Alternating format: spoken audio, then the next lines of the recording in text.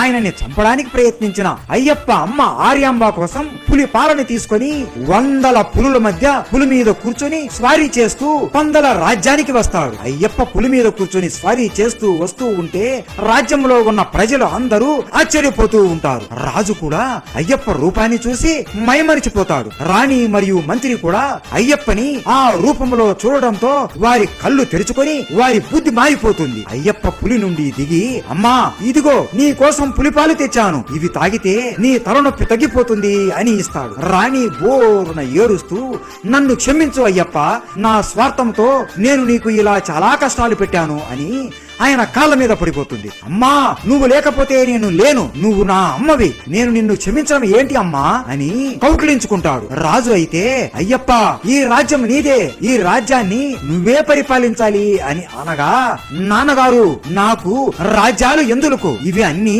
నా తమ్ముడికి లభించాలి, మీరు అందరూ నన్ను అయ్యా అప్పా అని ఇన్ని రోజులు ఎంతో ప్రేమగా పిలిచారు, ఇక నుండి నా భక్తులు నన్ను అయ్యప్ప అని ప్రేమగా పిలుచుకుంటారు. ఈ విల్లు నుండి వెళ్లే బాణం ఎక్కడైతే పడుతుందో అక్కడ నాకు మందిరాన్ని కట్టించండి అని అయ్యప్ప తన శక్తి మొత్తం ఉపయోగించి విల్లు నుండి బాణం వదులుతాడు. ఆ బాణం నేరుగా వెళ్లి శబరికి ఎక్కడైతే మాట ఇచ్చాడో అక్కడికి వెళ్లి గుచ్చుకుంటుంది. నన్ను మనస్ఫూర్తిగా భక్తి శ్రద్ధలతో మండలం రోజులు మాల ధరించి నన్ను శ్రద్ధతో కొలిచి పాదరక్షణ లేకుండా ఎటువంటి వ్యామోహాలు లేకుండా నిత్యం నన్నే కొలుస్తూ ఎవరైతే నేను చెప్పిన 18 నియమాలు పాటిస్తారో వారు కోరుకున్నది నేను వారికి ప్రసాదిస్తాను అని అయ్యప్ప తన అవతారం చాలిస్తాడు. అయ్యప్ప చెప్పినట్లే మహారాజు ఆలయం కట్టిస్తాడు. 8 బంగారు మెట్లు కట్టించి విగ్రహం ఎలా పెట్టాలి అని ఆలోచనలో పడతాడు. అప్పుడు స్వయంగా అయ్యప్ప స్వామి పరశురాముడిని పంపించి అయ్యప్ప విగ్రహాన్ని ప్రతిష్ఠింపజేస్తాడు. అప్పటి నుండి ఇప్పటి వరకు